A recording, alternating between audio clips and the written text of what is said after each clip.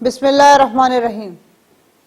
ہمارے سامعین کو، ہمارے حاضرین کو، ہمارے دیکھنے والوں کو خانم سیدہ اور ہماری پوری ٹیم کی طرف سے السلام علیکم ورحمۃ اللہ وبرکاتہ، اور ہمارے ننھے ساتھیوں کو ہماری جانب سے اور ہماری پوری ٹیم کی جانب سے تحفہ یا علی علیہ السلام مدد، اور آپ سب نے جواب دینا ہے پیر مولا علی علیہ السلام مدد حق حیدر۔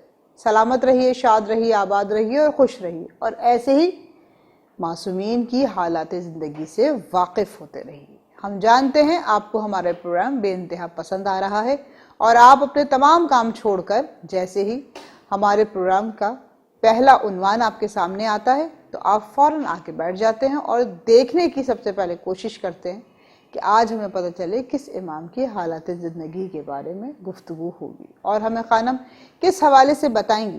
تو پیارے بچوں، آج ہم آپ کو رسول خدا کہ ایسے فرزند کے بارے میں بیان کریں گے جو نجم الطرفین ہے، اور یہ بیان کرنے سے پہلے ہم آپ سے ایک وعدہ چاہتے ہیں۔ وہ وعدہ یہ ہے کہ اللہ رب العزت کے آگے اپنے دونوں ہاتھوں کو پھیلائیے اور دعا کیجیے کہ پروردگار عالم آپ کو یہ معجزات، یہ چھوٹی چھوٹی کہانیاں، یہ مختصر سوانح حیات یاد کرنے کی توفیق عطا فرمائے۔ آمین یا رب العالمین۔ یہ دعا آپ جانتے ہیں میں نے کیوں کروائی ہے؟ یہ اس لیے کروائی ہے کہ جب آپ یہ چھوٹے چھوٹے واقعات، چھوٹے چھوٹے معجزے سنیں گے تو آپ کے ذہن میں آپ کے امام کی حالت زندگی ہمیشہ کے لیے محفوظ رہے گی، اور پھر آپ اس کو جب اپنے گھر والوں سے، اپنے دوستوں سے، احباب سے شیئر کریں گے تو وہ بھی آپ کی بہت تعریف کریں گے کہ کتنی چھوٹی عمر میں کتنا بہترین حافظہ ہے کہ امام کے بارے میں اس کو ایسے چھوٹے چھوٹے واقعات معلوم ہیں، اور پھر اپنے آپ دیگر دوستوں کو بھی بتائیں گے اور ان سے بھی تعریف ہوگی جملے سمیٹے، اور جب تعریف ہوتی ہے تو ہر بچے کو بہت اچھا لگتا ہے۔ تعریف ایک ایسا جملہ ہے جس پہ فخر بھی کیا جاتا ہے اور جس سے نصیحت بھی لی جاتی ہے۔ فخر اس لیے کیا جاتا ہے کیونکہ آپ تمام مجمع میں خاص ہو جاتے ہیں، سب کے چاہنے والے ہوتے ہیں، سب کہتے ہیں بہت پیارا بچہ ہے، اتنی اچھی تاریخ یاد کی، مولا کی باتیں کرتا ہے، مولا کے واقعات سناتا ہے۔ یہ تو ایک منفرد ہونے کا ذریعہ ہے، اور فخر سے زیادہ جو نصیحت حاصل کرنی ہے وہ یہ کہ جب بھی کوئی آپ کی تعریف کرے تو آپ شکریہ ادا کریں، اور نصیحت یہ لیں کہ اس پہ آپ غرور نہ کریں بلکہ اس تعریف کو مزید بڑھانے کی کوشش کریں۔ اس لیے پیارے بچوں، آج ہم آپ کو جو واقعہ بتا رہے ہیں وہ واقعہ کچھ تعریفی بھی ہے، اور وہ واقعہ کچھ ایسا ہے کہ ایک ہستی نے دعا دی ایک شخص کو جو محبان اہل بیت ہے، اور دعا ایسی دی کہ اس کی عمر بڑھ گئی۔ اور عمر کیوں بڑھی؟ آئیے ہم آپ کو سناتے ہیں اس معجزے میں۔ یہ معجزہ ہے امام محمد باقر علیہ السلام کی کمسنی کا۔ امام محمد باقر علیہ السلام جو باقر علوم بھی کہلاتے ہیں، آپ جانتے ہیں وہ نجم الطرفین ہیں۔ کیوں؟ ان کے بابا، ان کے دادا، ان کی والدہ، ان کی دادی، نانی، تمام کے تمام لوگ پنجتن پاک کے ہی خاندان سے ہیں، خاندان بنی ہاشم سے ہیں۔ ان کے دادا کسی سے چھپے ہوئے نہیں، کون ہیں آپ جانتے ہیں، ان کے دادا ہیں سید الشہداء، اور ان کے جو نانا ہیں وہ امام حسن مجتبیٰ، اور ان کے جو دیگر آباء و اجداد ہیں ان سے آپ واقف ہیں، رسول خدا جناب سیدہ فاطمۃ الزہرا اور علی مرتضیٰ مشکل کشا۔ تو اس حوالے سے کربلا میں جو امام زین العابدین علیہ السلام کے ساتھ ان کے فرزند تھے وہ امام محمد باقر تھے۔ تو کبھی بھی اگر آپ کے پاس یہ سوال آئے اور کوئی پوچھے کہ وہ کون سے امام ہیں جو نجم الطرفین ہیں، بلا دریغ آپ بتائیے گا کہ امام محمد باقر علیہ السلام ہیں جو کربلا میں 3 سال کے ساتھ تھے، اور وہ نجم الطرفین ہیں۔ تو یہ تو ہو گیا آپ کا بہت بڑا مسئلہ حل۔ وہ مسئلہ اس لیے حل ہو گیا کیونکہ جس وقت ہمارے سامنے سوال آتا ہے تو ہم گھبرا جاتے ہیں، ہمیں پتہ ہی نہیں چلتا، ہم پھر کتابوں کی طرف رجوع کرتے ہیں، اپنے والدین سے پوچھتے ہیں۔ تو یہ مشکل میں نے آپ کی آسان کر دی۔ اگر آپ کسی مدرسے میں پڑھنے والے ہیں تو بھی آپ کی مشکل آسان ہوئی، اگر آپ کسی علمی بیٹھک میں بیٹھنے والے ہیں تو بھی آپ کی مشکل آسان ہوگی۔ اب ہم معجزے کی طرف جاتے ہیں، اور اس معجزے میں بھی باقر علوم کی تعریف کی ہے، اس شخصیت نے جو باقر علوم کے پاس خود آیا ہے۔ تو واقعہ کچھ ایسا ہے کہ 3 بچے ہیں، محلہ بنی ہاشم میں کھڑے ہوئے گفتگو کر رہے ہیں، اور جب گفتگو کر رہے ہیں تو آپس میں ایک دوسرے سے قرآنی اور آیات پہ اور قرآنی فہم پہ بڑی فصاحت و بلاغت والی گفتگو ہو رہی ہے، جس کو ہم مباحثہ نہیں کہیں گے، ہم بحث نہیں کہیں گے، علمی بات کہیں گے۔ وہ تینوں بچے آپس میں بڑی خوش اسلوبی سے بات کر رہے ہیں کہ ان کی بات اگر برابر سے گزرنے والا سن بھی رہا ہے تو وہ بھی قابل رشک ہو رہا ہے کہ اتنے احتراماً، اتنے طریقے سے گفتگو۔ پہلا انداز جو آپ کو آخر میں بتائیں گے کہ گفتگو کرنے کا طریقہ اگر ہو تو ان بچوں کی طرح ہو۔ ایک نے سوال کیا، ایک نے سوال سنا، تیسرے نے جواب دیا۔ یکدم تینوں کی گفتگو میں ایک دم ایک شخص آتے ہیں اور آ کر تھوڑا سا کھانستے ہیں۔ یہ تینوں بچے اس طرف متوجہ ہوتے ہیں۔ ایک نابینا شخص ان تینوں کی گفتگو اور آواز سن کر ان کے پاس آیا، جس کو نظر نہیں آ رہا، نابینا ہے، ہاتھ میں لاٹھی ہے، کمر جھکی ہوئی ہے، سفید بال ہیں، داڑھی سفید ہے، آنکھیں ضعیفی سے اندر کی طرف دھسی ہوئی ہیں اور بہت زور زور سے کھانس رہا ہے۔ یکدم ان تینوں بچوں نے دیکھا اور فوراً اس کی طرف دوڑے اور کہا، صاحب العمر، آپ کو کسی چیز کی ضرورت ہے تو آپ بتائیے، آئیے آپ بیٹھ جائیے، ہمارا گھر یہیں قریب ہے۔ صاحب العمر نے کہا کہ میں بیٹھوں گا ضرور، لیکن میں کسی سے ملاقات کے لیے آیا ہوں، اور یہ ملاقات کا جو مجھے پتہ دیا ہے وہ میرے رسول نے دیا ہے۔ اب چونکہ ان میں وہ ہستی بھی موجود تھی اس وقت وہاں پہ جو بہت کم سنی کے عالم میں ہیں، اور انہوں نے بڑے مسکرا کر سیف العمر کی طرف دیکھا اور آگے بڑھے، کہا، آپ ہم سے ملنے آئے ہیں؟ ضعیف العمر نے یکدم آواز پہ غور کیا تو کچھ لب و لہجہ سنا ہوا محسوس ہوا، کہا، سبحان اللہ، سبحان اللہ، سبحان اللہ۔ بچوں نے فوراً جناب باقر علوم کی طرف دیکھا اور کہا، ان کو کیا ہوا؟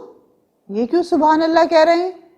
انہوں نے تو گویا آپ کی زیارت بھی نہیں کی، اور ساتھ ہی ساتھ یہ تو دیکھ بھی نہیں سکتے، تو یہ کیوں سبحان اللہ کہہ رہے ہیں؟ تو شخص نے کہا، اے بچوں، میرا نام جابر ابن عبداللہ الانصاری ہے، اللہم صلی علی محمد وآل محمد وعجل فرجہم اجمعین، اور مجھے تمہارے نانا رسول عربی یعنی حضرت محمد مصطفیٰ صلی اللہ علیہ وآلہ وسلم نے یہ بشارت دی ہے، اور انہوں نے مجھے یہ تحفہ عنایت فرمایا ہے کہ اے جابر، تم میری اولاد کو وہاں تک دیکھو گے جہاں تک کی بشارت میں تمہیں دوں گا۔ جناب جابر نے کہا کہ رسول خدا، میں کون سے امام تک دیکھ پاؤں گا؟ جناب باقر علوم کے بارے میں رسول خدا نے کہا کہ میرا نواسا سید الشہداء یعنی امام حسین، ان کے بیٹے امام زین العابدین اور ان کے بیٹے محمد باقر، پنجتن پاک کے بعد علی عابد کا فرزند محمد باقر ہوگا۔ یہ وہ محمد باقر ہوگا جو پنجتن کی تمام روایات سے باخبر ہوگا، اور یہ سید الشہداء یعنی میرے نواسے کے ساتھ کربلا جائے گا، اور کربلا میں تمام روایت کو یہ اپنی آنکھوں سے بنفس نفیس دیکھے گا، تمام ظلموں کو دیکھے گا، تمام اغیار کے نڈھائے ہوئے مصائب کو دیکھے گا، اور جب یہ مدینے علی عابد کے ساتھ واپس آئیں گے تو یہ تاریخ رقم کریں گے، جو جو ان کو علی عابد بتائیں گے یہ ویسے ویسے تاریخ رقم کرتے چلے جائیں گے، اور بعد میں آدم ثانی کے بتانے کے بعد یہ اس تاریخ کو دوبارہ اس دنیا کے اندر رقم کروائیں گے، اور یہ اپنے علم سے در آل محمد کے ذریعے پورے جہان کو فیض دیں گے۔ باقر علوم کی تعریف سن کر جناب عبداللہ الانصاری اسی وقت بہت زیادہ محو ہو گئے تھے اور بہت ان کی جستجو بڑھ گئی تھی کہ میں کس طریقے سے جاؤں اور میں یہ دور دیکھ لوں۔ یا رسول اللہ، کیا میں ان کو دیکھ سکوں گا؟ کہا تم ان کو دیکھ بھی سکو گے، تم ان کو محسوس بھی کر سکو گے، تم ان کو گلے بھی لگاؤ گے۔ اب جابر نے جو ساری یہ روایت بیان کی تو جناب باقر علوم اپنے ان دونوں ساتھیوں کو دیکھ کر مسکرا رہے تھے اور آگے کی طرف بڑھے اور بڑھ کے کہا، آپ میرے عزیز محترم ہیں چچا، میں آپ کو اپنے گلے لگا کر آپ کو دیکھنے کی کچھ دیر کی بشارت دیتا ہوں۔ جناب باقر علوم نے جابر ابن عبداللہ الانصاری کو جیسے ہی گلے لگایا، ان کی آنکھوں کا نور روشن ہوا۔ انہوں نے مولا کی زیارت کی اور قدموں پہ اپنا سر رکھ دیا اور کہا، مولا آپ کو تو یاد ہوگا۔ مولا نے کہا، ہاں ہمیں یاد ہے کہ جب میں اپنے بابا کے ساتھ کربلا آیا تھا تو آپ نے ہی ہمیں ہمارے دادا کی مرقد تک پہنچایا تھا اور آپ نے ہمیں بشارت دلوائی تھی کہ ہم نے وہاں 3 دن اپنی دادی کے ساتھ قیام کیا تھا۔ جابر، تمہارا اس وقت کا احسان ہمیں ابھی تک یاد ہے۔ اے جابر، اس دنیا کو علم کی، معلومات کی بہت ضرورت ہے۔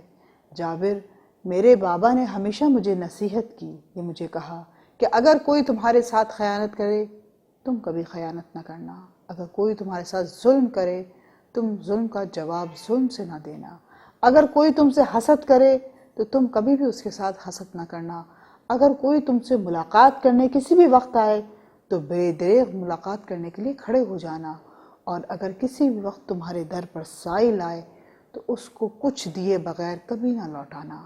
اے جابر، جیسے تمہیں رسول خدا نے بشارت دی، ایسے ہی رسول خدا کے اصولوں کے تحت، دین اسلام کے تحت مجھے بشارت دی میرے بابا علی عابد نے۔ جابر نے جناب محمد باقر علوم کو گلے سے لگایا، زار و قطار روئے۔